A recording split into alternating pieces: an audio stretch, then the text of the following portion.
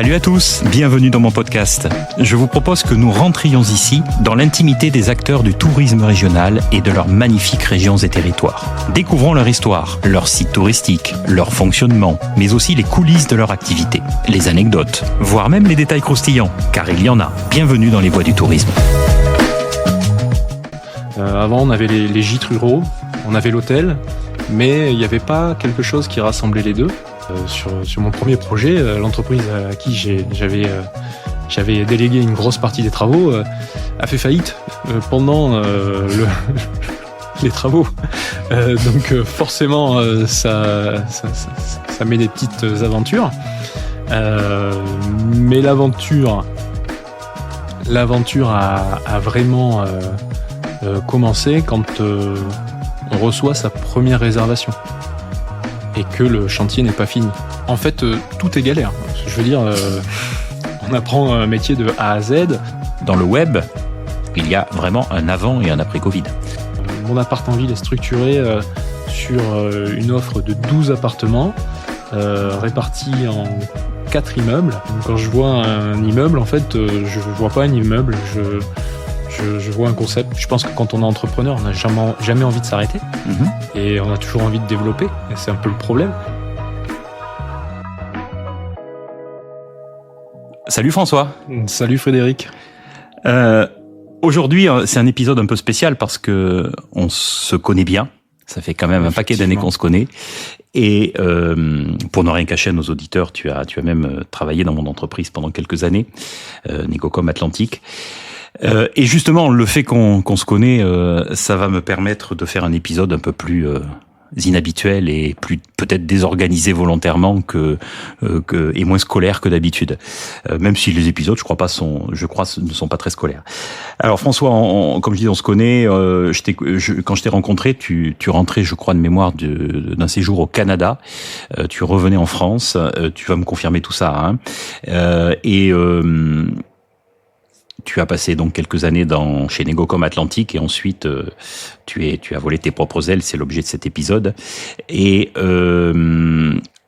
depuis, on a gardé une super relation très amicale et on déjeune souvent ensemble. Et ce dont on parle souvent ensemble, c'est de tes déplacements à l'étranger, tes voyages, et moi aussi, on est deux personnes qui avons un petit peu bougé.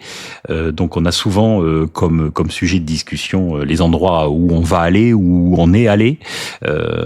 Voilà, donc on va commencer par la fin. D'habitude, je pose cette question à la fin du podcast. Quels sont tes lieux secrets et les endroits que tu as aimés dans le monde? On va commencer par ça cette fois-ci, et puis après on rentrera dans le vif du sujet de cet épisode, c'est-à-dire ta nouvelle activité. Donc ma première question, c'est de te demander quelle est la plus grosse claque en voyage que tu aies prise en termes d'émotion, on va dire ces dernières années. Alors clairement, je pense que c'est Petra en Jordanie. C'est vraiment quand même un endroit qui est on peut pas vraiment le raconter finalement. C'est vraiment quelque chose qui est splendide à vivre. Malheureusement, en ce moment, c'est un peu plus compliqué, mais on est sur vraiment l'endroit qui m'a vraiment le plus ébloui, on va dire. Ouais, ça m'étonne pas. Enfin, moi, je connais pas, mais j'ai vu des images et j'ai toujours eu très envie d'y aller. Oui, comme tu dis, malheureusement, c'est pas trop le moment. C'est même totalement impossible, je pense, actuellement. Tu as fait aussi un voyage récemment. On en avait pas mal parlé puisque on connaît tous les deux l'endroit. Tu es allé en Laponie aussi avec ta petite famille. Oui, on a été faire un petit tour avec ma petite famille, effectivement, en fin d'année en Laponie, voir le Père Noël. Bon. On l'a pas vraiment vu, mais on a découvert vraiment des paysages assez fous et puis une sérénité, un calme dans cette ambiance entre la nuit et le jour permanente. Et ça, c'était vraiment une belle expérience. Alors de mémoire, hein, tu m'avais dit, c'était en plein hiver. T'avais loué une sorte de cabane, hein, de petite maison en bois, enfin de cabane améliorée, hein, de maison en bois, mais un petit peu isolée quand même. On était très isolés, mais c'était un joli chalet, on va dire, au milieu des bois, effectivement, à une trentaine de kilomètres, je dirais, de la première ville un peu dimensionnée. Et effectivement, le calme de cet endroit, c'était assez fou. Aujourd'hui, de retrouver du calme comme ça. Alors c'est vrai que bon, on parle dans ce podcast, on parle de tourisme, on parle donc forcément de gens qui prennent des vacances. Donc c'est pour ça que je voulais commencer là-dessus avec toi, parce que c'est la base des émotions des gens, ce sont des lieux. C'est vrai qu'on a moi c'est pareil, il y a des endroits qui m'ont beaucoup plus marqué que d'autres. Donc on va parler de toi, et c'est vrai que tu as été commercial, tu as décidé ensuite de créer ta propre expérience en créant ta société. On va parler donc dans cet épisode de changement de vie. On va parler de création de sens, d'expérience et d'accueil au cœur de Périgueux. Donc pour moi c'est vraiment un épisode typiquement entrepreneurial sur justement le courage d'inventer, de se réinventer, de prendre des risques, de faire quelque chose à titre personnel. Donc, ce qu'on va faire en premier lieu, donc, ce que je te propose, c'est de te présenter. Je suis originaire de Périgueux. J'ai grandi dans une famille d'artisans qui avaient pour hobby la rénovation. Donc, passer les week-ends ou les vacances sur un chantier, quelque part, ça avait rien d'étonnant pour moi. Mmh. Et donc ensuite, j'ai décidé de poursuivre des études dans le tourisme, dans la production touristique et le développement web. Donc deux aspects assez éloignés, mais finalement qui peuvent se mettre, qui l'un aide l'autre. Donc oui, puis c'est dans l'air du temps. Ouais, à l'époque c'était le e-tourisme, le fameux e-tourisme. Ouais. Et je me suis un petit peu après passionné d'investissement immobilier. Et suite à ça, en fait, mon choix de créer ma société, finalement, c'est juste la résultante de ces trois aspects-là. En fait. Ça, on va y revenir, hein, bien sûr. Mais le fil de conducteur de l'épisode, de toute façon, c'est le tourisme. Et on va parler, avant de parler de ton projet, on va parler de l'homme. Donc, au niveau de ton parcours, moi, je t'ai connu, comme je disais, tu rentrais du Canada. Est-ce que tu peux me raconter un petit peu ton histoire, là, justement, avant qu'on se connaisse pour la première fois? Qu'est-ce que tu avais fait? T'étais parti, je sais, également en Espagne. Tu as travaillé à Séville. Raconte-moi un petit peu ton parcours professionnel ou d'étudiant, ou de fin d'étudiant et de début de professionnel, avant qu'on se rencontre et que tu travailles chez nous. Eh ben, tout simplement, moi j'ai suivi un parcours sur Périgueux en électronique. C'était pas les études auxquelles je souhaitais prolonger, et donc j'ai fait le choix d'une réorientation d'entrée. Et entre-temps, je suis parti un petit peu vivre à l'étranger, mais du côté de l'Australie. Une fois que je suis revenu, j'ai pu entamer effectivement mon BTS tourisme, production touristique, et enchaîner sur une licence e-tourisme. Pourquoi es-tu parti en Australie ? Tout simplement pour faire ce qu'on appelait un visa vacances-travail, okay. pour découvrir vraiment une expérience de voyage un peu libre, une année sabbatique, okay. Vraiment pour découvrir autre chose que la Dordogne, okay. Que Périgueux, voilà. Mm-hmm. Et cette opportunité m'a permis effectivement de me faire grandir. Mm-hmm. Et à mon retour, donc j'ai fait mes études dans le tourisme, et puis on avait un stage de fin d'année en licence, et j'ai eu l'opportunité de poursuivre ces études au Canada, donc au Québec, dans une petite ville rurale à côté de Trois-Rivières, pour ceux qui connaissent. Et je suis tombé amoureux honnêtement du Québec, dans l'état d'esprit. Et donc, suite à mon stage, j'ai trouvé un emploi là-bas dans le web à Montréal, où je suis resté 2 ans. Ok. Tu faisais quoi dans le web ? J'étais développeur front-end. Donc, alors, expliquons un petit peu aux auditeurs ce que c'est front-end. Oui, c'est le devant de ce que l'on voit de l'interface graphique, concrètement. Ça. Et c'était de coder l'interface graphique des sites internet. D'accord. Voilà. Okay. Pour des grands comptes, voilà. Et donc, voilà, j'ai vécu mon petit rêve américain avant de revenir en France, et effectivement d'avoir l'opportunité d'apprendre l'espagnol à Séville, dans une agence de voyage. pendant quelques mois. Alors, t'es revenu en France de Montréal, enfin, oui, de la zone de Montréal, on va dire, et tu es reparti à Séville. Je suis reparti à Séville, j'ai eu cette opportunité. Incroyable ville d'ailleurs, Séville. Oui, alors c'est magnifique, un des plus grands centres piétons d'Europe. Et donc j'ai eu cette opportunité effectivement d'aller faire un stage de quelques mois pour parfaire en fait son espagnol. Et suite à cela, je suis revenu en Dordogne et j'ai postulé pour Negocom Atlantique. Alors tu vois, je pensais moi que j'avais zappé un épisode en fait. Je pensais que quand on s'était rencontrés, tu revenais du Canada. Donc il y a eu non, tu revenais d'Espagne. Je revenais d'Espagne, ouais. D'accord. Ouais. Ben, moi, j'avais zappé cette partie-là, tu vois. Ouais. Donc, en fait, elle a duré moins longtemps que le Canada aussi. Ouais. Non, mais c'est intéressant parce que je pense que pour travailler dans le tourisme, pour créer, pour entreprendre, c'est un conseil qu'on pourrait peut-être donner à tous les jeunes. Il est nécessaire de bouger, de parler les langues, bien sûr, autant que possible, et de bouger pour avoir une vision des choses autres que chez soi, et pour s'ouvrir l'esprit, et pour peut-être justement avoir ensuite l'imagination nécessaire pour créer soi-même son activité. Je pense que tout ça, ça va ensemble.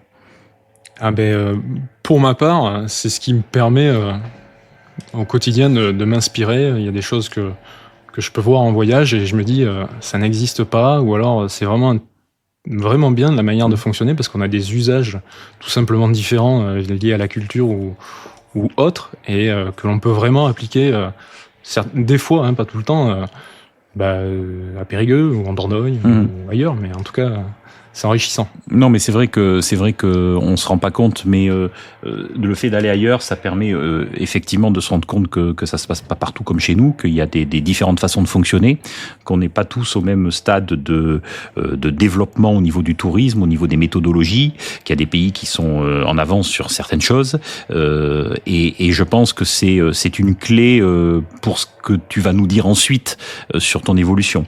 Donc ensuite, tu as on continue un petit peu le cheminement. Tu as passé 2 ou 3 ans avec nous sur un poste beaucoup plus commercial, terrain, dans la vente de produits touristiques, avant de faire carrière solo, on va dire. Oui, alors j'ai passé 4 ans et demi avec toi, Fred. 4 ans et demi. Je l'ai pas vu passer, c'est pour ça que je trouvais ça court. Effectivement.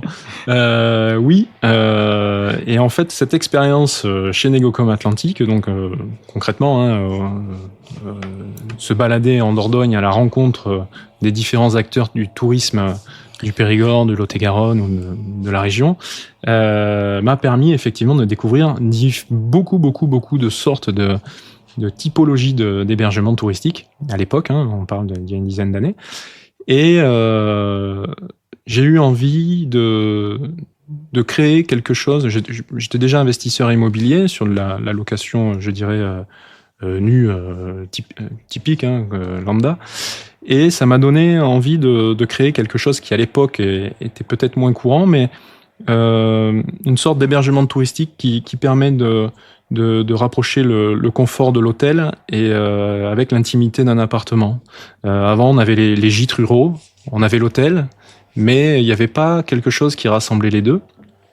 Et donc, j'ai créé mon appart en ville, en fait, qui permet de proposer des appartements qui sont destinés exclusivement à la location courte durée de standing, et qui proposent des appartements avec des concepts hôteliers, mais tout en gardant l'intimité d'un appartement, le confort aussi d'un appartement, avec tout le reste. Voilà. Ça, on va là aussi creuser et en reparler. J'ai plein de questions à te poser là-dessus. Mais ce qui m'intéresse, moi, c'est le moment de bascule, le déclic. C'est quoi? C'est une envie, c'est une frustration, c'est une opportunité. Il y a un moment précis où l'idée émerge, parce que, enfin, on se lance pas comme ça là dans un projet quand même qui est un gros projet. Alors, faut savoir que j'étais très bien chez Negocom Atlantique. Dans le sens où mon travail me plaisait, mais je pense que j'étais arrivé à une certaine routine et j'avais déjà goûté à l'investissement immobilier et j'avais vraiment envie de créer quelque chose de nouveau. donc me remettre quelque part un petit peu en danger. Et c'est pour ça en fait. Alors le déclic, je te dirais pas exactement quand est-ce qu'il a eu lieu, mais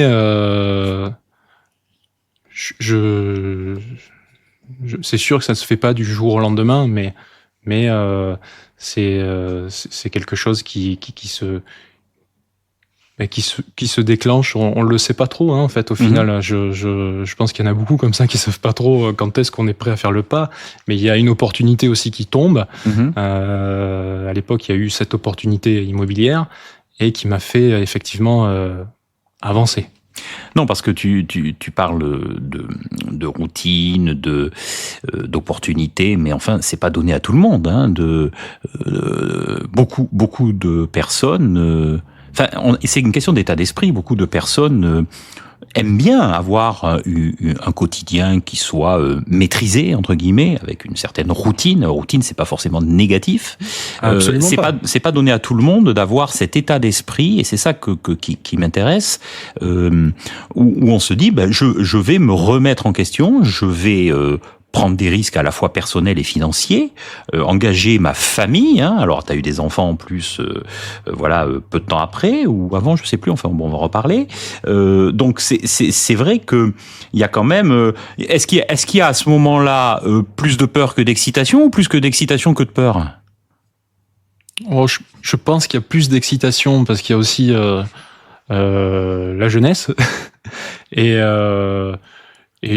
je pense qu'on a une chance aussi en France, c'est qu'on est quand même assez bien accompagné, en tout cas au début, pour entreprendre, et on a des leviers qui sont intéressants pour pouvoir, je dirais, développer sereinement, sans dire que ce soit simple, mais financièrement, on peut avoir un confort, une continuité quand on quitte son emploi pour pouvoir bénéficier d'aide à la création d'entreprises. Et ça, c'est vrai que c'était intéressant pour moi. Après, non, moi je l'ai vu effectivement. Je suis quand même quelqu'un je pense de responsable. Effectivement, c'est une prise de risque, hein, une prise de risque quand on est quand on a une famille, quand on change d'emploi ou d'objectif de vie. C'est pas quelque chose de simple, mais aujourd'hui, je pense que je retournerai pas en arrière. Ok.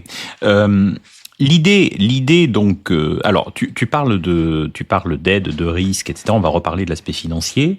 Donc tu as déjà fait un petit peu un petit teaser là sur Mon appart en ville, qui est donc le nom de la structure que tu as créée à Périgueux, de location d'appartements, je dirais d'un peu de haut de gamme. Alors l'idée, t'as commencé à la présenter, mais on va quand même creuser un peu plus ça. Pourquoi l'appartement ? Pourquoi le centre-ville de Périgueux ? Le positionnement. Pourquoi ces choix-là ?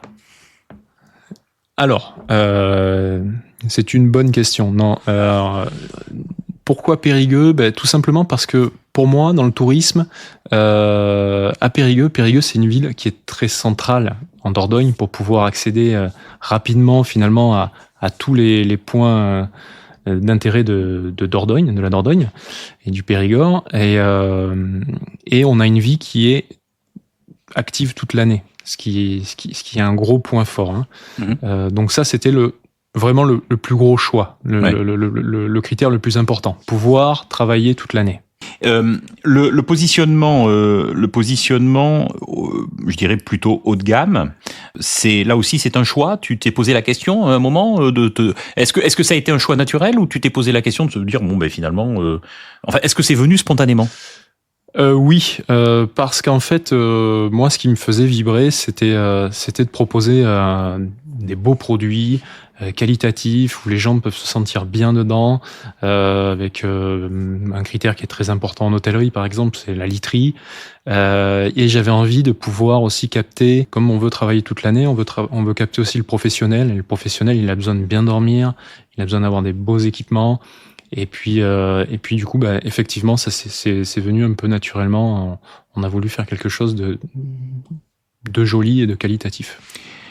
De la concurrence dans ce secteur ? Bon, on est sur une ville avec déjà, je suppose, quand tu penses à ce projet, déjà des hébergements. Alors, peu d'hôtels à Périgueux, mais déjà des hébergements quand même, des gîtes, des chambres d'hôtes. En 2018, effectivement, il faut se remettre dans le contexte. Ouais.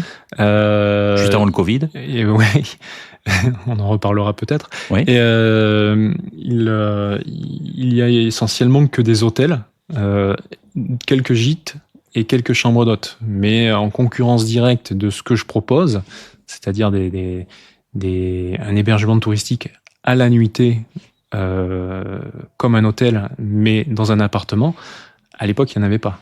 Ou très très peu. Mais sur ce niveau de gamme-là, il n'y en avait pas. Donc, il y a l'idée, il y a le lieu, il y a le produit. Donc, dans le mix marketing, on est pas mal. Tu fais... Alors, moi, voilà, j'ai envie de savoir, parce que en plus, je ne sais pas. On n'est jamais rentré dans ce détail-là. Comment se passent les premières acquisitions et les premiers investissements ?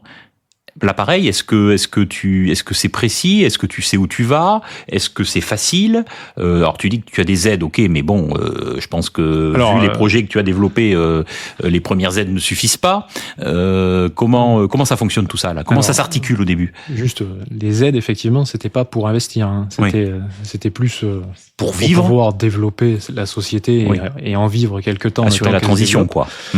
Mais effectivement, c'était un petit peu le Far West, hein. Moi, j'avais pas trop de critères de comparaison. Même avec les banques, ça a été un petit peu compliqué parce qu'ils n'avaient pas de comparaison. Oui. Et donc, il a fallu trouver des solutions que les banques ou les acteurs connaissaient pour pouvoir déjà être financés. Et ensuite, on a été un petit peu à l'aventure, effectivement. Il y avait pas de, il y avait quand même un petit peu d'inconnu. Voilà. Mais alors, comment ça se passe? Parce que tu fais tout. Moi, je t'ai suivi un petit peu sur cette période-là, quand même. On se voyait de temps en temps. Je t'ai vu en bleu de travail. Je t'ai vu. Moi, alors, je suis honnête. Hein, moi, je suis très entrepreneur, mais je ne suis pas capable de faire tout ce que tu as fait. Tu as fait beaucoup de choses tout seul, les travaux. Donc, il y a les financements, il y a les travaux, il y a des doutes à un moment. Comment ça se passe tout ça? Tu fais tout toi-même? Tu fais appel à des entreprises? Alors. Non, j'ai pas tout fait moi-même. Après, c'est juste un cheminement logique, hein. Comme je te disais dans ma présentation, la rénovation, j'ai baigné dedans depuis tout petit. Le web et le tourisme, je m'y suis formé, et puis le commercial, je l'ai appris. Donc, t'avais les clés. J'avais les clés. J'ai tout rassemblé dans un même pot, et j'ai dit, on essaie de mixer tout ça. Mais oui, non, je me suis fait aider par des entreprises. Après, il y a eu beaucoup de doutes, hein, parce que il y a des anecdotes qui sont sur mon premier projet. L'entreprise à qui j'avais délégué une grosse partie des travaux a fait faillite pendant les travaux. Donc là, effectivement, on parlait de doutes. Pour m'enlever des doutes, j'ai mis effectivement mon annonce à l'époque, pour pas les citer, sur Booking. Mm-hmm.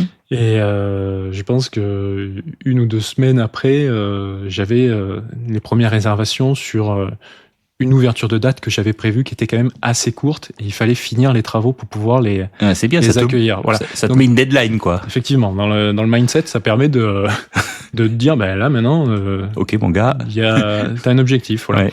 Donc effectivement, ça a été une période un petit peu chargée, mais très enrichissante. Avec le recul. L'entreprise qui fait faillite, tu fais quoi là? Parce que encore une fois, moi je t'ai vu mettre la main à la pâte, c'est le cas de le dire. Donc c'est drôle ce que tu dis, parce que les épisodes de podcast que j'ai faits, ils ont tous un trait commun, c'est qu'il y a tous de l'entrepreneuriat, il y a tous un lien à un moment donné avec le bâtiment, ou une famille qui est dans le bâtiment, ou il y a toujours de la construction, mais de la construction au sens propre du terme. Les 3 premiers épisodes, c'est il y a toujours une pelleteuse dans le truc, ou une entreprise de bâtiment, le Conquil, c'était ça. Stéphanie, c'est pareil, ils reprennent un manoir, et le fil rouge du truc, il faut pierre à pierre reconstruire le manoir, avec mettant les mains également également à l'ouvrage et il faut financer ça. Le premier épisode, pareil, on a des parents qui sont de Quentin dans le camping qui sont dans le bâtiment, qui construisent les bâtiments eux-mêmes. Donc toi, tu as également participé à ça. Moi, je suis admiratif de ça parce qu'encore une fois, le côté entrepreneur, ok, je l'ai, mais ce côté-là, je ne l'ai pas. Il y a eu d'autres galères là avant l'ouverture, j'allais dire un petit peu officielle. Il y a dans l'apprentissage là justement du métier de tous ces aspects-là. Alors, en fait, tout est galère. Je veux dire, on apprend un métier de A à Z. Donc c'est tout est galère, mais c'est aussi ce qui permet de se renforcer derrière, parce que on se rend compte que il faut être extrêmement structuré pour pouvoir performer, parce que concrètement, moi c'est pas de la location que je propose, c'est de l'exploitation de biens, et tout repose là-dessus, en proposant des biens qui sont conçus pour faire en gros aujourd'hui ce que l'on appelle du Airbnb. Donc c'est du Airbnb professionnel sur des biens qui ont été conçus directement sur ce type d'exploitation pour qu'ils soient rentables d'entrée. Mais effectivement, tout ça, c'est un cheminement. Et, il va falloir que tu m'expliques un peu mieux le modèle économique là. Et c'est ça qui est le plus complexe. Donc oui, des galères, il y en a tout le temps. Tout est compliqué. Alors c'est au départ tu crées quoi? Tu crées un appartement, un bloc.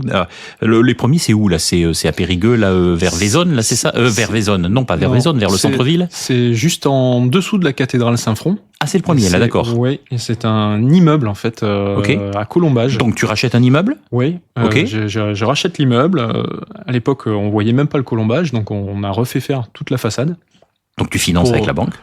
On finance en partie avec la banque, qui effectivement c'était pas un gros financement, mais et ensuite on avait 4 appartements ici, donc on a rénové l'ensemble, et puis on a dû finir appartement par appartement, comme on a eu un souci, enfin comme j'ai eu un souci avec l'entreprise en charge.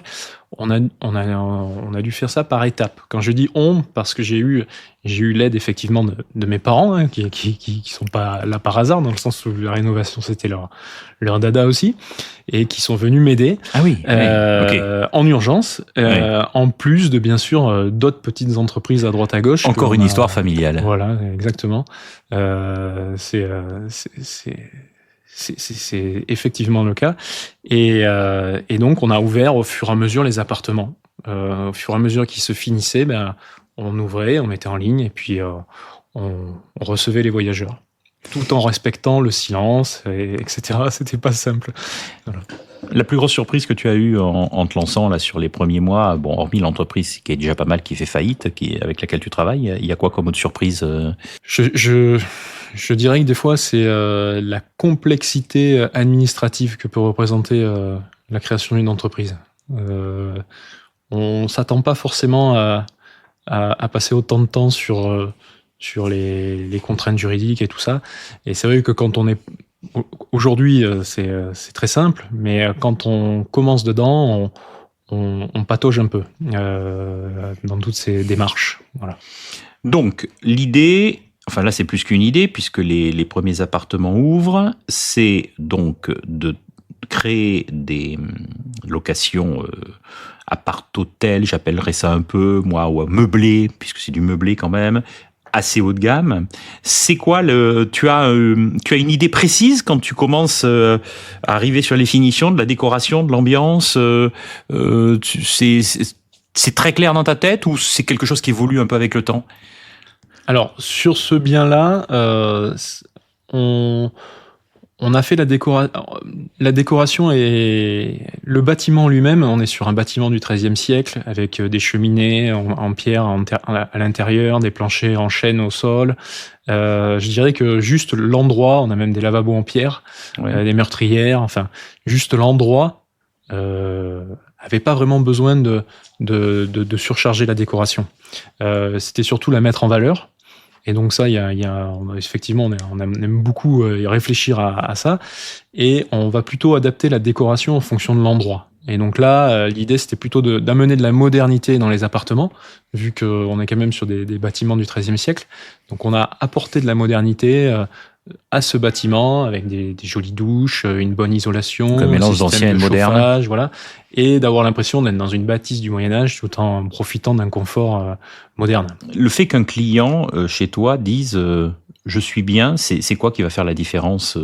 C'est l'emplacement, la localisation. Alors tu m'as parlé de la literie, bien sûr, évidemment. C'est quoi qui fait la différence là, avec un petit peu le recul dès que tu vas louer ce premier appartement? C'est quoi les remontées que tu as, qui fait que les gens sont satisfaits? C'est quoi qui leur plaît? En fait, ça va dépendre de la typologie du client. Qui fait la différence aujourd'hui, c'est ce que l'on ne ressent pas dans la photo. C'est-à-dire qu'on est tous capables de faire des jolies photos. Ouais. Mais moi, mon meilleur commentaire que je peux avoir, c'est quand les gens viennent et disent que c'est mieux que sur les photos, ou que ça correspond vraiment à la description. C'est-à-dire des choses que l'on ne peut pas sentir sur une photo. Donc je reparle de la literie, mais de la qualité des matériaux, l'équipement, voilà, la facilité d'accès, et puis effectivement l'emplacement. L'emplacement, c'est un gros point, mais on peut avoir un bel emplacement et un appartement qui n'est pas pensé, pas réfléchi pour ce type d'activité. Et au final, ça change toute l'expérience. C'est l'expérience du client avant, pendant et après la réservation.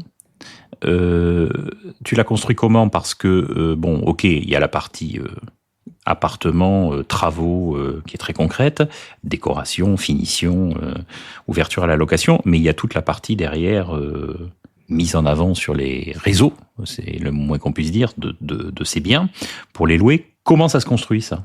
Là aussi, tu as une idée précise dès le départ ou... Alors, tu as une expérience, puisqu'on a parlé de ta formation, tu as une expérience web. Donc, comment tu fais? Comment tu construis tout ça? Alors déjà, au début, il n'existe pas vraiment de logo, pas d'image de marque. Ça viendra après. Mais déjà, il existe une chose, c'est un site internet. Et à partir du site internet, on commence à développer les contenus et à montrer déjà de belles photos, à décrire bien les biens et bien sûr à se développer sur toutes les plateformes qui sont disponibles à l'époque et qui sont disponibles encore aujourd'hui, mais que ce soit les offices de tourisme, les guides spécialisés, et puis les agences en ligne, Booking, Airbnb, j'en passe d'autres, voilà, pour les plus connus. C'est marrant parce que quand je t'écoute, on a l'impression que tout ça c'est très naturel en fait. Hein. J'achète des immeubles, je fais des appartements, je construis. Alors je suis aidé certes, hein, mais après je fais un site internet.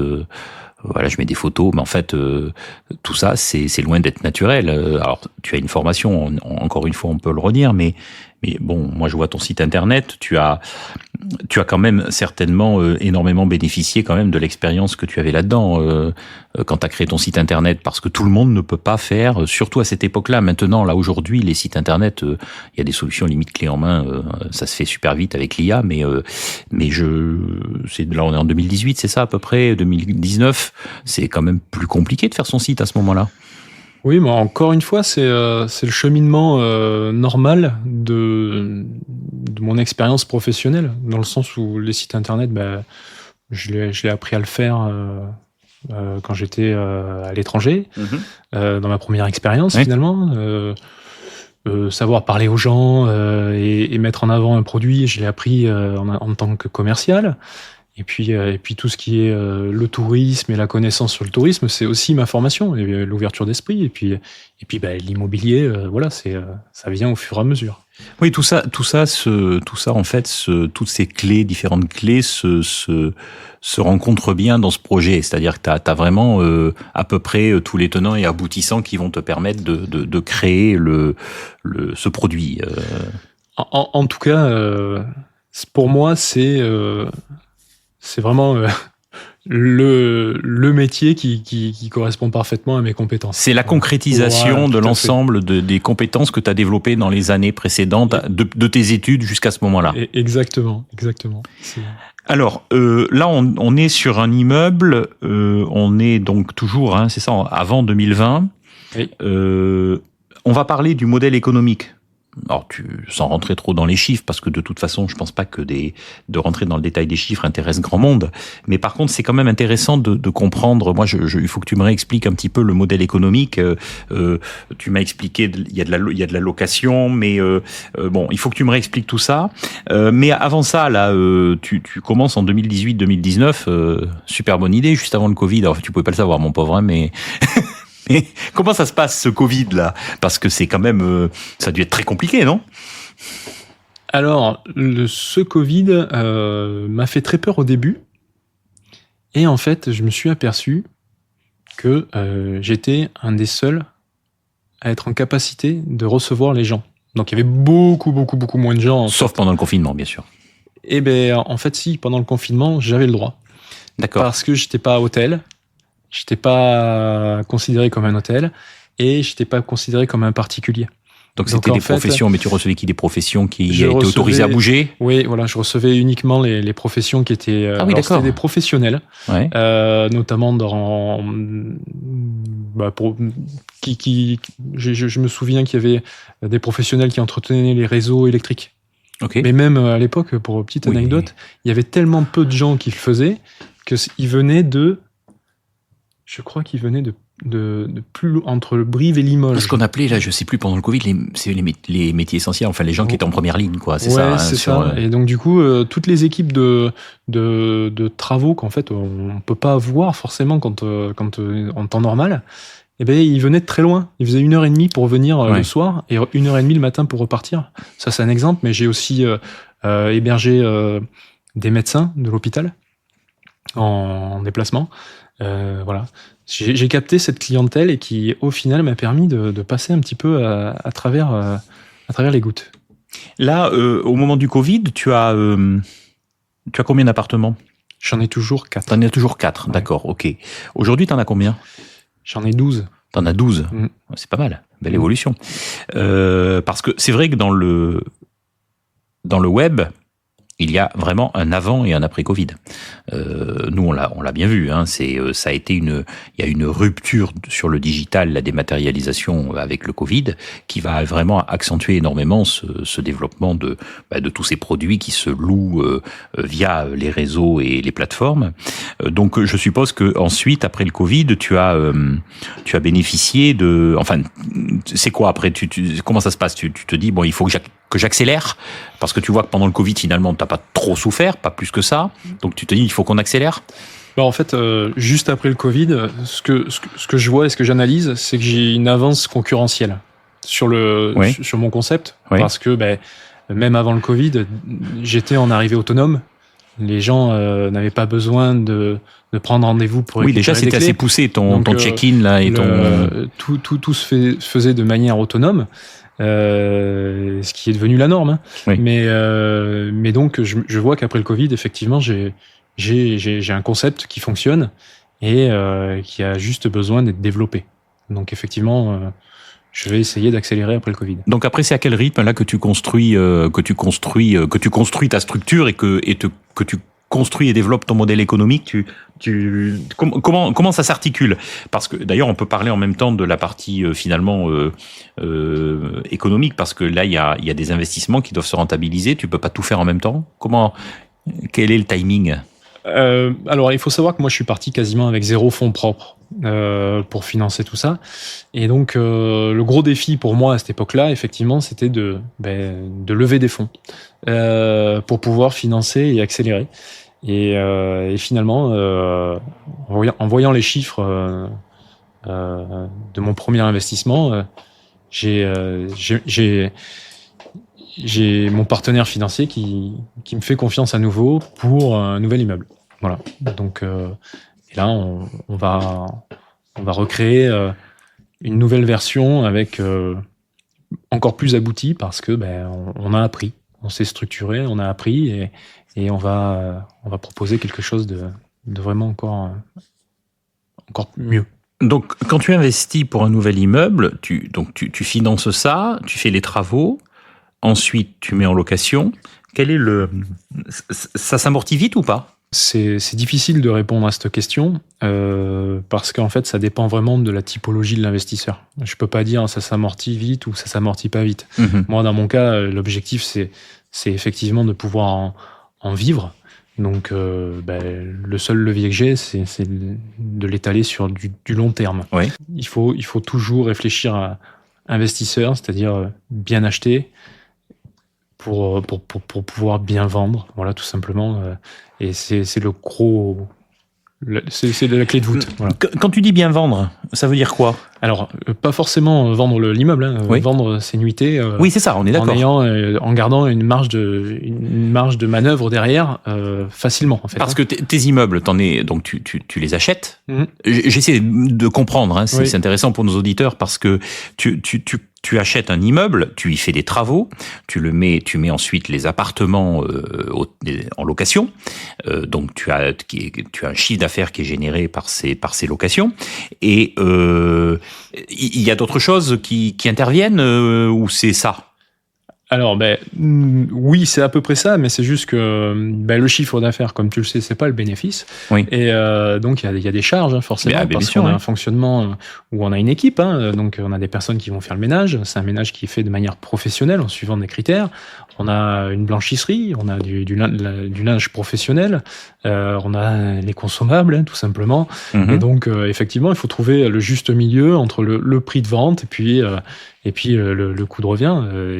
Et finalement, c'est là où, quand tu achètes bien, tu peux avoir des marges de manœuvre intéressantes pour que ce soit rentable. Quand tu parles de bien acheter, tu parles de bien acheter l'immeuble. Exactement. C'est ça, de l'acheter à un bon prix, on va dire. En tout cas, au-delà d'être un bon prix, au prix que ça vaut. Alors, c'est oui. un peu... oui. Et ensuite, tu crées... parce que le problème, c'est que pour créer un prix de vente au consommateur, qui va louer à la nuit, il faut que tu tiennes compte donc de ton achat, pour que c'est quand même, comme tu dis, arriver à en vivre, mais il faut aussi que tu restes dans un prix qui soit cohérent par rapport au marché. Comment ça se passe? Parce que tu tiens compte de la concurrence. Comment tu fais ton prix en fait au début? Et d'ailleurs, je crois que ces méthodes, elles ont évolué ensuite parce que tu pratiques une sorte de yield management ensuite. Ok. C'est à l'époque, il y avait quand même moins d'acteurs, donc il y avait moins d'outils effectivement. Oui. Et c'était un petit peu en se basant sur combien me coûte en fait l'exploitation du bien, oui. Et combien je peux faire de marge dessus. Et effectivement, déjà à l'époque, il y avait une idée de basse et de haute saison, on va dire, sur Périgueux. Ouais. Oui, alors c'est ça, il y a la saisonnalité aussi. Il y a la saisonnalité. Ouais. Ça coûte combien aujourd'hui dans cet immeuble-là, le premier, là, si je suis, j'écoute là et je me dis tiens, la semaine prochaine, je vais réserver une nuit. On est à peu près dans quelle fourchette de prix? Ça varie en fonction de la demande, ça varie en fonction de la saison, bien sûr. En basse saison, on peut réussir à avoir une nuit sur l'appartement, sur un premier appartement. À partir de 80 € en direct. D'accord, ok. Concernant la saisonnalité, donc comme tu m'as déjà dit, tu as maintenant des outils qui permettent de pratiquer des prix qui s'adaptent en permanence. Il y a vraiment de nouveaux outils, et tu as toujours été très branché là sur ces outils-là. Alors sans rentrer dans le détail, bien entendu, de la façon dont ça fonctionne. Est-ce qu'il y a une vraie saisonnalité à Périgueux déjà, et même en termes de tout simplement de demande? En fait, à Périgueux, je dirais même en Dordogne, il y a une forte saisonnalité, comme dans tous les départements du Sud-Ouest, je pense. On sait que juillet-août, c'est très demandé parce qu'on a une magnifique région. Même Périgueux? Périgueux aussi, oui. Périgueux, parce que c'est peut-être plus lisse sur l'année, parce que c'est une ville administrative. C'est juste que à Périgueux, ça vit quand même un peu plus toute l'année, parce que concrètement, comme tu viens de le dire, il y a du commerce, il y a des professionnels, il y a quand même des gens qui viennent voir leur famille, il y a des périodes de vacances où on vient pas juste pour Périgueux, mais plutôt donc du coup pour la famille. Et puis ça reste une préfecture, donc forcément il y a des hôpitaux, il y a plusieurs choses qui font que Périgueux est plus plus dynamique sur toute l'année que les autres villes du Périgord. Alors, on va quand même parler, parce que maintenant, comme tu dis, tu as 12 appartements, tu as créé des produits super. Là, on va faire un peu rêver les gens, avec Balnéo, etc. Tu me disais en off tout à l'heure que quand tu as créé... Alors, avant de parler de ces nouveaux produits, mais on va pouvoir enchaîner là-dessus, tu me disais tout à l'heure que quand tu as créé ton deuxième projet, tu as eu pas mal de galères. Raconte-moi. Eh ben tout simplement, du coup, j'arrive à me faire financer et donc on est en 2021 je décide de rénover un immeuble avec 3 appartements et en rez-de-chaussée un commerce. On décide de créer un commerce de laverie. Et donc, effectivement, pendant le Covid, ça a été très compliqué, encore une fois, de gérer les travaux, parce que on était sur la période, à partir du moment où il y avait une personne de malade, il fallait arrêter l'équipe. Alors certes, tu avais des gens qui venaient, ça c'était la bonne surprise, mais la mauvaise, c'était de l'organisation pour gérer les nouveaux travaux. L'organisation, et donc, pour passer court, on a eu 12 mois de retard sur les travaux, où il a fallu tenir, parce que c'était pour moi mon Covid à moi, on va dire. Je l'ai pas eu pendant le Covid, je l'ai eu après le Covid. C'est qu'il fallait tenir financièrement pendant 12 mois sans produit à vendre finalement. Et donc ça a été vraiment très compliqué. Donc là on est sur le deuxième immeuble. Oui, deuxième immeuble, ouais. Qui est rue Gambetta, c'est ça, à Périgueux ? Exactement. C'est ça. Et donc là on est sur vraiment une bâtisse qui est un petit peu différente de la première. On est sur une bâtisse qui a moins de charme direct, mais qui va avoir des équipements de standing. Alors allons-y, parle-moi de ça. Oui. Faisons rêver un peu quand même les auditeurs. Là. On a fait installer un ascenseur dans un tout petit immeuble finalement. Et on a des appartements qui sont ultra épurés, très insonorisés. Et on peut retrouver de l'équipement hôtelier au niveau chauffage, clim, voilà, et avec des grandes douches, et notamment un qui a aussi une balnéo dans la chambre, qui donne sur la chambre. Ça permet de créer des expériences à chaque fois qui sont vraiment uniques. Et c'est vraiment un produit qui est très très adapté aux professionnels sur les 2 autres appartements avec douche. On est vraiment sur quelque chose où vous venez, vous avez vraiment le sentiment d'être à l'hôtel, mais avec une cuisine et puis une tranquillité, une intimité d'un appartement. Et ça, c'était vraiment ce que je souhaitais apporter sur cet immeuble-là. Voilà. Ok, ça a ouvert 2022 ? Alors, en rez-de-chaussée, on a créé, on voulait pas quelque chose de vide, donc on a créé un local commercial vide. Donc on avait un petit peu de place, on a créé un commerce de laverie. Voilà. Pourquoi pas ? On s'est dit pourquoi pas, allez hop, on va créer une laverie. Ok. Pourquoi une laverie ? C'est un sujet qui t'intéressait ou c'est un hasard ? Non, mais pour l'histoire, j'étais en voyage en Italie. Ah, comme quoi voyager. Voilà. T'as vu, on revient au départ là. Je vais pas souvent à la laverie, mais là j'avais découvert un concept moderne de laverie, et je me suis dit, mais ça c'était il y a 3-4 ans avant. Je me suis dit, un jour je ferai une laverie. Et du coup, ce local, j'ai dit, on va faire une laverie. Et j'ai mis ce concept en place que j'avais vu en Italie. Et donc, cette laverie est en fonctionnement depuis 2022. Et ensuite, les appartements au-dessus ont été ouverts en janvier 2023.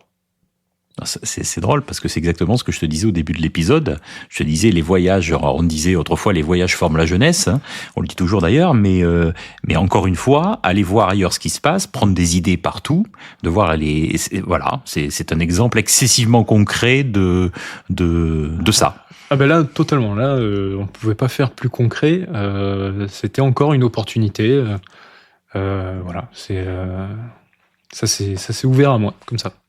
Donc, moi, à chaque fois que je te vois, tu as toujours plein d'idées nouvelles. On va reparler de ça sur le côté technologique, surtout, c'est intéressant. Mais donc là, pour pour finir sur la construction de cette offre, tu es aujourd'hui, donc tu as créé 2 ou 3 nouveaux produits en fait, c'est ça? En fait, aujourd'hui, pour arriver jusqu'à aujourd'hui. Aujourd'hui, on est, je suis structuré. Mon appart en ville est structuré sur une offre de 12 appartements répartis en 4 immeubles sur Périgueux, et à chaque fois, l'immeuble en question apporte quelque chose d'innovant. Voilà. C'est-à-dire là, par exemple, on est en train de finaliser un concept. Chaque immeuble a un concept. Là, le concept, c'est le cyclotourisme et les recharges électriques. Donc, il y a 2 aspects. Il y a de pouvoir se garer facilement à moins de 5 minutes à pied du centre-ville de Périgueux, et pouvoir recharger sa voiture électrique. Et ses vélos. Et en plus, une proximité immédiate, mais quand je dis immédiate, c'est 50 mètres de la voie verte. Donc voiture électrique, on arrive, voilà. Et on a les vélos électriques pour aller sur la voie verte, tourisme... Alors, en fait, il y a beaucoup de gens de passage à Périgueux sur du cyclotourisme. Oui. On s'est dit, on n'est pas très loin, on va essayer de proposer un endroit où c'est facile pour le cyclotouriste de venir séjourner. Donc, ça, c'est ce concept-là que l'on a mis en place. Super idée. Et en plus, on avait la possibilité de créer des stationnements. Donc, on s'est dit, on va rajouter des bornes électriques, parce que concrètement, aujourd'hui, il y a de plus en plus de gens qui vont vouloir se déplacer avec une voiture électrique. Et alors là, c'est pas une idée non plus révolutionnaire aujourd'hui, l'électrique, mais d'où te viennent toute ce foisonnement d'idées? À chaque fois que je te vois, tu as toujours plein d'idées. C'est quoi comme construction mentale? C'est-à-dire tu lis, tu t'intéresses, tu es curieux, tu es toujours à l'écoute de ce qui se passe, du marché, de l'évolution des tendances. Alors, je lis beaucoup, d'un peu de tout, vraiment. Je dirais que je m'intéresse à tout, mais je suis spécialiste en rien. Voilà. Donc ça permet de s'intéresser à tout et de creuser à peu près tout, de réussir à faire 80% des choses soi-même, et les 20 derniers pourcents le laisser faire par quelqu'un qui est vraiment spécialiste.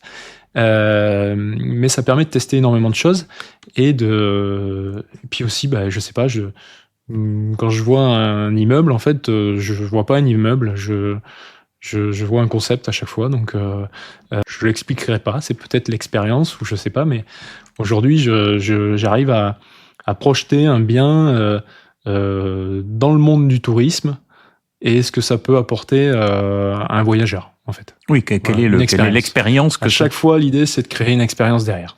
Mais tu vois, c'est très très drôle, parce que hier, j'enregistrais avec les grottes de Maxange, et c'est très très intéressant, parce que c'était exactement la même discussion. Alors qu'on parlait d'une grotte et pas d'appartement. On parlait de quoi? On disait aujourd'hui, les gens, ils visitent une grotte, mais ça leur suffit plus. Ça fait 45 ans qu'ils visitent des grottes. Ce qu'ils veulent aujourd'hui, c'est une expérience autour de la grotte, des animations pour les enfants, la possibilité de monter sur une terrasse panoramique pour voir un paysage, d'avoir une expérience sur le lieu qui dure entre 2 et 3 heures. D'une part parce que quand tu mets un prix aujourd'hui, quand tu es dans une famille, que tu as 2 enfants, tu peux pas visiter 12 sites par jour. Financièrement, c'est compliqué, donc tu préfères optimiser, passer 2-3 heures sur un site, et que le site te propose effectivement ce que tu dis là. C'est la même chose pour tes appartements, une expérience. Oui, c'est le moment unique. Les gens, ils veulent...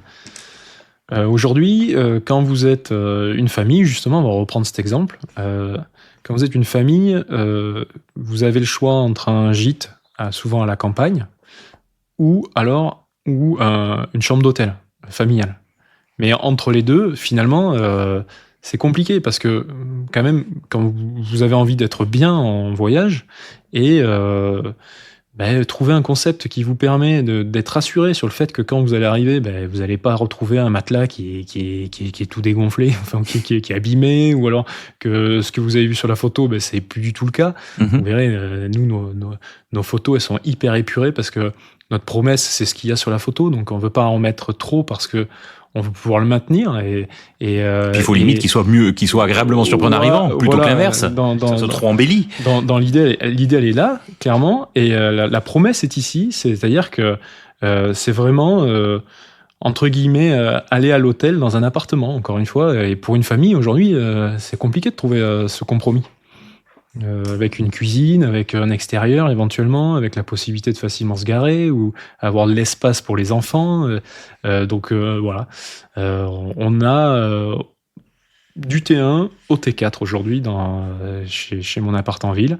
Donc ça permet de proposer des expériences à peu près à tous les types de voyageurs.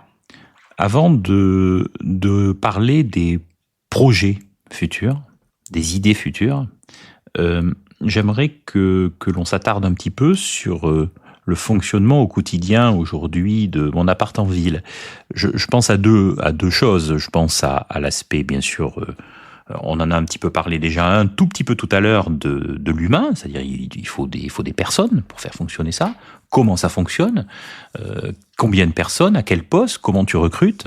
Je sais qu'on a déjà évoqué ce sujet tous les deux, pareil en off, sur des problématiques de recrutement. C'est pas toujours facile aujourd'hui, hein. Voilà. Et deuxièmement, la technologie. Alors on va laisser pour le moment la partie technologie, on va parler de l'aspect plutôt humain.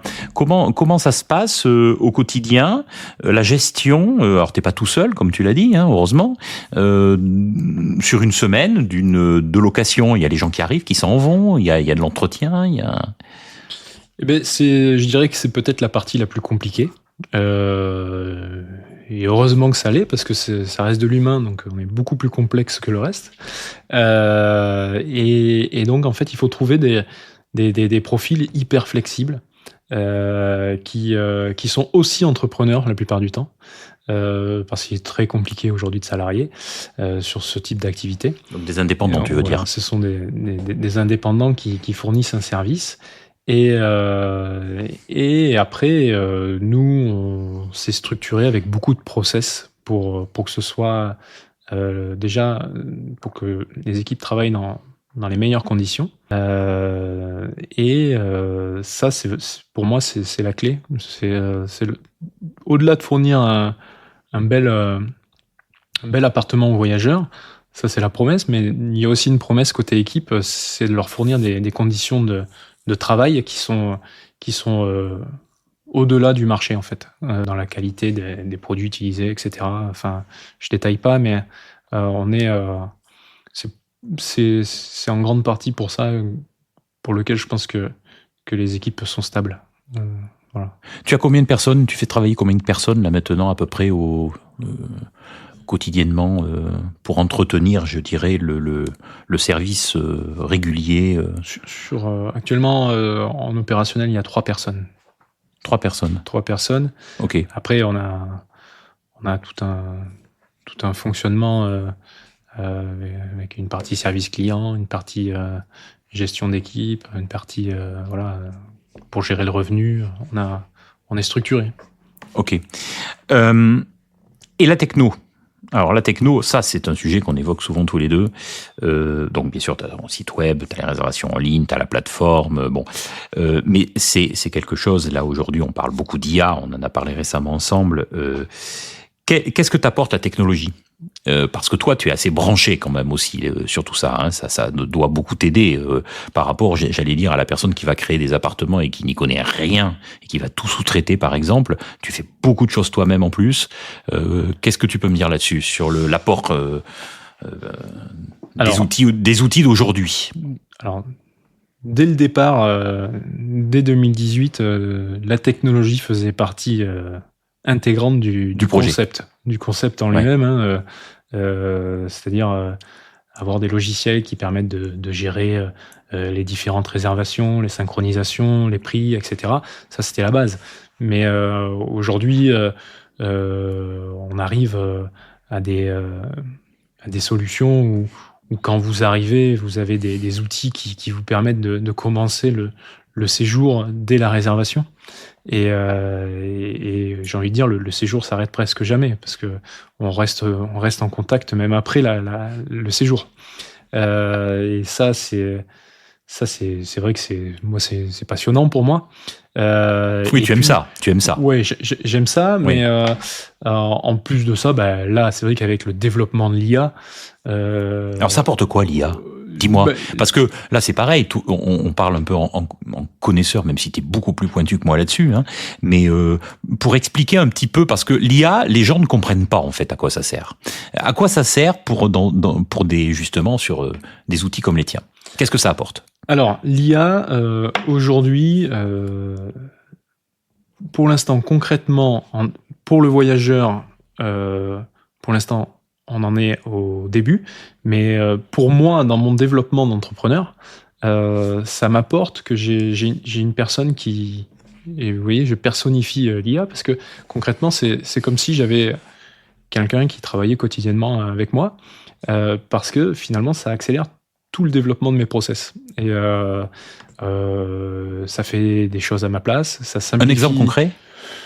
Par exemple, si je veux générer une facture, aujourd'hui c'est mon IA qui le fait, ou si je suis en train de développer une nouvelle fonctionnalité pour un process ou ce genre de choses, c'est pas moi qui le développe, c'est moi qui dis ce que je souhaite, mais c'est l'IA qui le développe. Et l'IA va te le transformer en code sur ton site web, en fait, c'est ça ? Ouais, exactement. Et donc en solution pour le client. Exactement. On arrive à avoir... Et convivial en plus. Je dirais que l'IA est en train de permettre à des toutes petites entreprises comme la mienne d'avoir des process ou des solutions technologiques comme des très grosses entreprises. C'est juste ça la révolution, je pense, de l'IA aujourd'hui. C'est de l'accessibilité à la technologie, en fait, aux outils. Alors moi je l'ai vu, ça se traduit, puisque je t'ai réservé récemment un appartement pour des collaborateurs, ça se traduit côté client par une interface conviviale avec des messages d'accueil pendant, à la fin et après le séjour. C'est ça un petit peu l'idée, hein, qui sont adaptés au client, qui lui demandent si ça s'est bien passé, si tout se passe bien, etc. C'est ça ? Oui, alors entre autres, mais entre autres, ça c'est le front, enfin c'est ce qu'on voit. Ça, et après il y a tout ce qui est derrière. C'est ce qu'on voit. Et puis là après, on est en train de développer vraiment des nouvelles choses pour que je peux pas trop en dire, mais pour que vraiment le séjour se passe, que quelque part vous ayez un assistant. Tu peux pas trop en dire, mais tu peux en dire un peu quand même. C'est le but, hein. L'objectif, c'est de vous permettre d'avoir un assistant de voyage à côté de vous tout le long du séjour, avant le séjour et après le séjour. Ce qui n'est pas encore le cas, mais c'est en gros une de nos priorités aujourd'hui. Ok. On est à Périgueux. L'environnement touristique de Périgueux, donc mon appart en ville, tu travailles avec les institutions locales, étroitement ou pas, tu as des rapports avec l'office de tourisme, Destination Périgueux, tu travailles avec eux, tu travailles avec des producteurs locaux j'ai vu que tu proposais des prestations annexes, je dirais, à tes locations également. Comment ça marche ? Est-ce que tu as des relations ? Est-ce qu'elles sont bonnes ? Comment ça se passe ? Alors en fait, quand vous réservez chez mon appart en ville, par exemple, moi on est en capacité de proposer des bonnes adresses à Périgueux déjà. Ça c'est que l'on connaît. De quelle façon ? Alors soit on en donne quelques-unes par mail dans un premier temps, soit encore une fois c'est via d'autres outils qu'on va pouvoir mettre en place. Et sinon, on a un service client qui est disponible en fait toute la journée. C'est une voix IA ou c'est un humain vrai ? Non, ce sont des vrais humains. Ce sont des vrais humains. Des vrais humains qui sont capables de vous conseiller sur le bon choix à faire à Périgueux. Et ensuite, au niveau local, on essaie au maximum de faire vivre les entreprises autour. Donc, par exemple, tous les immeubles tous les appartements sont à proximité immédiate, je dirais, d'une boulangerie, d'un restaurant. Ces 2 points, déjà, je sais que on alimente via les appartements une clientèle pour ces gens-là. Et ensuite, on a des bons rapports même avec quelques entreprises locales où effectivement on est en capacité de proposer des packages avec eux ou ce genre de choses. Tu as commencé, alors bon, bien sûr, tu es dans le tourisme depuis bien avant mon appart en ville, mais tu es donc depuis 7 ans, on va dire 7-8 ans maintenant sur ce produit. Tu la vois comment l'évolution du tourisme, alors plus largement en Dordogne, ou voire même plus, mais notamment à Périgueux. Qu'est-ce que t'en penses? Les attentes du visiteur, notamment. Alors en fait, sur le tourisme dans sa globalité, je pense que on peut ouvrir le débat un petit peu. Hein. Ouais, je pense que Périgueux est en train de prendre une place de plus en plus importante déjà dans le département. En termes de fréquentation, je pense que la fréquentation est stable, voire augmente un petit peu depuis quelques années, parce qu'elle est centrale dans sa situation au niveau du département et proche de l'autoroute. Et aujourd'hui, je pense qu'on peut pas se faire on peut pas mettre de côté le fait que la plupart des gens viennent par l'autoroute, en voiture. Malgré tout. Et oui, parce que de toute manière... C'est pas le souhait global, mais la voiture, mais... Ben non, mais... en zone rurale. L'été, venir en train, quand on est une famille, pour visiter le Périgord, ça reste très compliqué derrière. C'est un sujet, là tu pointes du doigt un sujet hyper intéressant, parce qu'aujourd'hui le comité régional de tourisme de Nouvelle-Aquitaine, à juste titre d'ailleurs, privilégie les déplacements doux en Aquitaine, avec l'alliance même un train à 1 euro en Occitanie par exemple, sur la région connexe, avec l'alliance train-vélo. Venez découvrir depuis Bordeaux le Périgord en déplacement décarboné, avec une carte à la clé de la Dordogne verte. Mais concrètement, alors moi je trouve que c'est tout à fait louable, bien sûr, mais concrètement, ce que tu viens de dire, c'est pas si simple, c'est pas si facile, c'est pas si idyllique. En zone rurale, la voiture reste. Le problème, c'est qu'on est dans le département des 1001 châteaux, et pour accéder aux 1001 châteaux en train ou en vélo, bon courage. Bon courage. Mais moi, je serais le premier à avoir envie que ça se développe, mais pour l'instant, il ne faut pas le mettre de côté. En tout cas, aujourd'hui, la principale... Les gens, aujourd'hui, se déplacent principalement en voiture, et je pense qu'il faut absolument pouvoir leur donner la possibilité de stationner, de venir, tout simplement, d'arriver à Périgueux via ce modèle. Mais au-delà de la volonté, il y a de la vraie volonté, il y a un greenwashing alors, je sais pas, on affiche parce que il faut le faire aujourd'hui, et puis que c'est bien de le faire aussi, parce que est-ce que finalement, en posant la question un peu différemment, c'est une question que je me pose moi-même, est-ce que finalement les choses ont tant changé que ça depuis 20 ans ou 30 ans? Je dirais même que les lignes de train fonctionnaient peut-être mieux il y a 30 ans qu'aujourd'hui, on en a fermé plein. Comment tu vois les choses, toi? Dans tous les cas, l'axe nord-sud pour accéder à Périgueux, il n'est pas forcément le plus simple. Si on compare la voiture au train, par exemple, oui. En termes de temps, c'est pas toujours évident de se dire. Et encore une fois, le point de chute. Après, on fait quoi? Une fois qu'on est arrivé? C'est ça. Parce que tout faire à vélo, c'est sympa, mais enfin, j'ai envie de c'est dire grand la Dordogne. J'ai envie de dire qu'à Périgueux, il y a quand même cette grosse force où on peut arriver en train. On peut effectivement continuer à vélo et faire du cyclotourisme et revenir en train quelque part. Par contre, je pense que se déplacer dans tout le département depuis Périgueux facilement et rentrer le soir, c'est encore quelque chose de compliqué en transport en commun. Voire quasi impossible. L'été notamment. Non, mais il y a des choses qui se font, bien sûr. Il y a des voies vertes en Périgord qui se multiplient. Ça, c'est. On a une super belle voie verte. Enfin, je veux dire, le long de la vallée de l'Île, elle est quand même très chouette. Oui. Il y en a une en vallée Vézère également. Je l'ai faite entièrement l'été dernier, donc je la connais. mais je pense que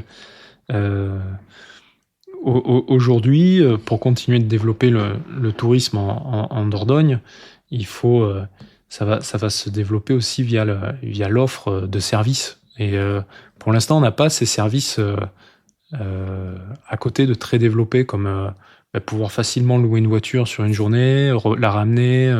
Enfin, j'ai pas l'impression que ce soit quelque chose de très facile à faire encore. Alors peut-être que je me trompe, hein, mais moi je pense qu'il va falloir développer ces mobilités du coup. Parce qu'il y a deux choses. Ça peut se développer de deux façons. Il y a l'impulsion générale des collectivités. Il y a l'impulsion donnée par toi et l'ensemble des professionnels qui vont créer des services connexes, etc., bornes de recharge. Mais il y a aussi et surtout, et ça j'aimerais qu'on en parle, les attentes des touristes, des consommateurs. Est-ce qu'aujourd'hui, et ça c'est intéressant aussi d'avoir ta position là-dessus, est-ce qu'aujourd'hui, un touriste qui vient à Périgueux, est-ce que tu ressens depuis 8 ans une évolution dans ce qu'il demande ? On parle des bornes électriques. Est-ce qu'on te demande régulièrement, par exemple, des gens qui viennent en voiture, est-ce qu'ils te disent, est-ce que vous avez une connexion électrique ? Alors, aujourd'hui, c'est pas une question qu'on me pose tous les jours, à vrai dire. Mais je pense que c'est un besoin qui est fait en amont. C'est-à-dire que les gens, aujourd'hui, se servent beaucoup des plateformes et c'est un critère qu'on peut cocher. Donc, mais j'ai pas fait le test, mais je pense que si on coche borne électrique aujourd'hui, à part des hôtels, il n'y a rien d'autre qui ressort. C'est un aspect intéressant. Oui. Mais, et donc, au-delà du fait qu'on ne le demande pas, je pense qu'il y a quand même une réelle demande. C'est un peu contre-intuitif, mais on a tous besoin de charger sa voiture quand on a une voiture électrique. Non, mais voilà, c'est pour ça que je trouve intéressant parce que tu vends de l'appart-hôtel et de la location quand même un petit peu haut de gamme, donc qui s'adresse à une clientèle qui théoriquement aussi peut-être a un petit peu les moyens. Et je trouve qu'il y a l'impulsion qui doit venir des établissements. Moi, j'ai un véhicule électrique et je me rends compte que très régulièrement, je me trouve confronté au problème, même dans des trucs un petit peu haut de gamme, ils n'ont pas ou très peu de bornes électriques. Donc c'est les bornes électriques sur les grands axes urbains. Je pense que ça commence à être vraiment intéressant en termes d'offres. Ça fonctionne bien. Donc il y a vraiment ce parallèle à faire entre la demande des gens qui va créer l'offre et l'offre aussi qui fait que les gens vont s'adapter et se dire c'est bon, maintenant on sait qu'on va pouvoir recharger, donc on va passer à l'électrique. Alors là on parle de l'électrique, mais le train c'est pareil. On leur dit de prendre le train. Mais encore faut-il qu'il y ait des trains, des lignes. On en a plutôt fermé depuis 30 ans couverts. Voilà. Enfin, tu comprends, c'est un vrai sujet, quoi. Oui, il faut réussir. Et il faut réussir à jongler un petit peu entre l'offre et la demande du service, quoi. Je n'ai pas vraiment l'identité de la chose, mais bon... je pense que dans tous les cas, sur la prise électrique, ça va dans le sens de l'évolution de l'actualité d'aujourd'hui. Mais après, pour donner une idée plus globale du tourisme, en Dordogne, effectivement, on est l'été sur des gens qui ont... La Dordogne reste, en termes d'activité, de journée, très riche, et donc forcément, en termes de budget, un peu plus haut que la moyenne, qu'un département côtier, par exemple. Et donc forcément, il faut donner à ces gens qui cherchent du service, qui ont peut-être un peu les moyens, leur proposer des services. Ça peut passer par tout bêtement, pourquoi perdre 3 heures à laver son linge en vacances alors qu'on pourrait le faire pour eux ? 3 heures passées en Dordogne l'été, ça coûte cher. Alors qu'un service de lavage de linge, ça pourrait très bien convenir à une famille ou même à un couple qui décide de partir la journée, ils reviennent le soir, ils ont leur linge qui est tout propre. Il y a plein d'idées en fait à développer. C'est juste après qu'on puisse donner les moyens aux acteurs de le faire, de le mettre en œuvre.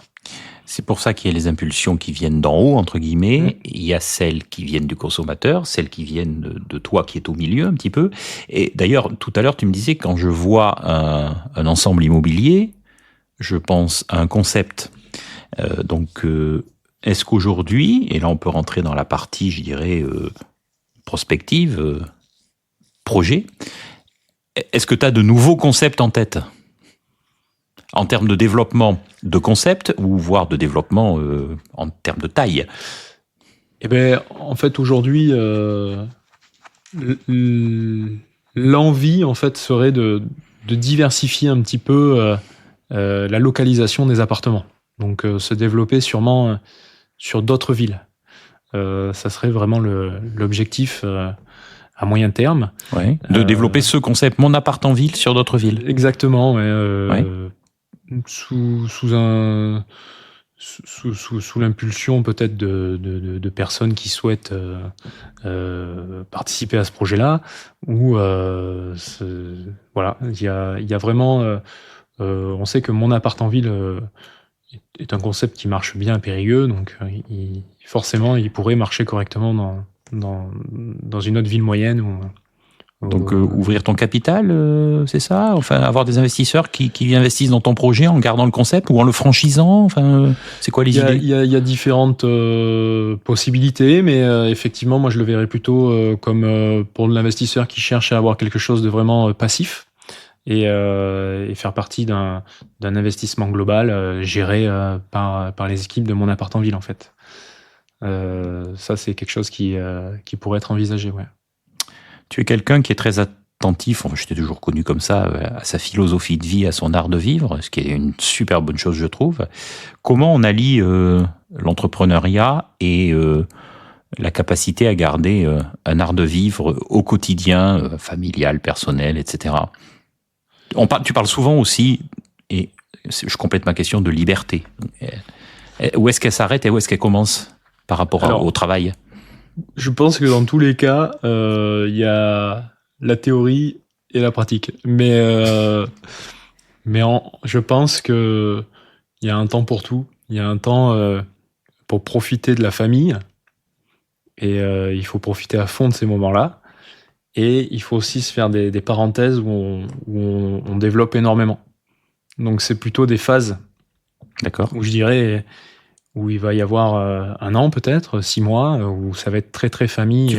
On va ralentir en fait l'activité, le développement, parce que en fait, je pense que quand on est entrepreneur, on n'a jamais envie de s'arrêter, et on a toujours envie de développer, et c'est un peu le problème. Et c'est là que la famille rattrape, et donc on se dit ok, je ralentis, et puis peut-être dans une phase où il y a plus d'opportunités concrètement que la famille s'occupe plus par elle-même, d'accentuer le développement. Question de timing, quoi. Ouais, je pense que ça se joue pas mal en timing, moi. D'accord. Il faut savoir montrer que pendant quelques mois, c'est à fond développement pour pouvoir après profiter en famille, vraiment. C'est quoi la méthode liberté programmée? La méthode liberté programmée, j'ai vu ça. Dans l'idée, c'est justement d'aider des gens de, je dirais, entre 35 et 55 ans qui souhaitent en fait, qui ont une situation aujourd'hui, mais qui se sont jamais intéressés au futur.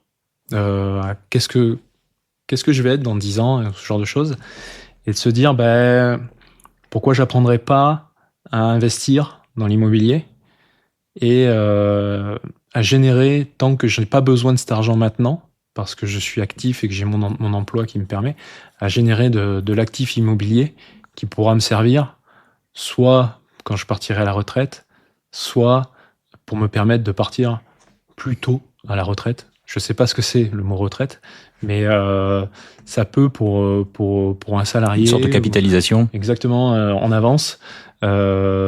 Profiter des moments où on a un peu plus d'argent dans sa vie pour apprendre à l'utiliser et pour qu'elle puisse servir quand on en aura un petit peu moins, en fait. Et ça peut s'allier à ton concept de développement d'appartements à la location?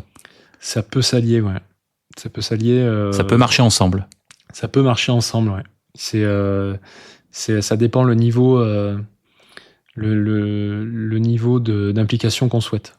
Mais effectivement, il y a possibilité de se développer un capital tout en gardant quand même un mode de vie qui permet de profiter, comme on disait juste avant.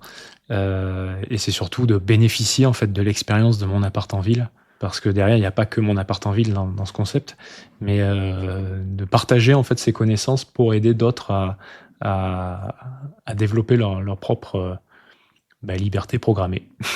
Donc, en gros, pour faire simple et concret, c'est des personnes qui pourraient investir et placer de l'argent en investissement dans de l'immobilier qui serait de la location, donc pour les touristes, et qui en même temps, eux, leur permettraient de capitaliser pour leur retraite et profiter ensuite de leur argent. Je résume à peu près bien ou pas ? Oui, il y a ce versant-là, et puis après, il y a le versant formation, carrément. Proposer de former les gens à faire ce que je fais. Bénéficier de l'image de mon appart en ville derrière, par exemple. Ah oui, d'accord. Ouais. Pour créer eux-mêmes leur... Exactement. Alors, je parlais de franchise, c'est un peu l'idée. On n'en est pas loin. On n'en est pas loin. C'est les aspects qui peuvent se chevaucher. Toujours aussi créatif dans les idées. Il ne faut pas se fermer des portes. Il ne faut pas se fermer des portes. C'est quoi la réussite pour toi aujourd'hui ? La réussite, pour moi aujourd'hui, je dirais que c'est faire quelque chose qui me plaît au quotidien. Ouais. Et qui me permet effectivement de quand même arbitrer mon temps comme je le souhaite. Voilà. Oui, on en revient à cette notion de liberté. Voilà. Liberté d'entreprendre et entreprendre dans la liberté. Voilà, je pense la bonne phrase. Il y en a beaucoup qui disent ça. Il y en a il faut pas être dans son business, il faut être sur son business. Ouais. Et je pense que c'est un mantra à garder, mais qui est un petit peu compliqué des fois à appliquer. Mais je pense que c'est une bonne ligne à suivre. Tu dirais quoi au jeune François d'il y a 15 ans, qui rentre du Canada ? Tu lui dirais fais tout pareil ou tu lui donnerais des conseils ? Ah, c'est pas une question simple, ça. Je ferais presque tout pareil, mais j'aurais voulu avoir ce que je sais aujourd'hui il y a 15 ans. Voilà, en gros. Mais il y a effectivement, il y a des choses à améliorer, mais je pense que ça fait partie aussi du cheminement. Je pense que l'entrepreneur, s'il passe pas par un cheminement des fois un petit peu complexe, c'est là-dedans aussi qu'on se forme et qu'on se crée. Voilà. Est-ce qu'il y a une question que tu aurais aimé que je te pose, que je ne t'ai pas posée ? Quand est-ce qu'on retravaille ensemble ? C'est pas mal parce que c'est une question qui m'est retournée en fait. Hein. Et bien, c'est excellente question. À suivre, on verra. Où est-ce que on te trouve ? Où est-ce qu'on te suit sur les réseaux sociaux et sur les réseaux tout court ? Mon appart en ville, donc monappartenville.fr ou .com d'ailleurs ? .fr. Monappartenville.fr, le site web. Oui, après on a l'Instagram, monappartenville.fr aussi. Oui. On a le Facebook, Mon Appart en Ville. Oui. Et on a le LinkedIn aussi, Mon Appart en Ville. Et toi, on te retrouve sur LinkedIn aussi, sur LinkedIn, François Clerc. Exactement. Ouais, Clerc, C-L-E-R-C. Voilà. Ok. Et ensuite, normalement, vous devriez pouvoir nous retrouver aussi sur Google assez facilement. Oui. Et puis, sur toutes les agences en ligne, normalement, on a le logo qui s'affiche sur nos... Oui, donc tu es sur Airbnb, sur Booking, sur nos photos d'en-tête.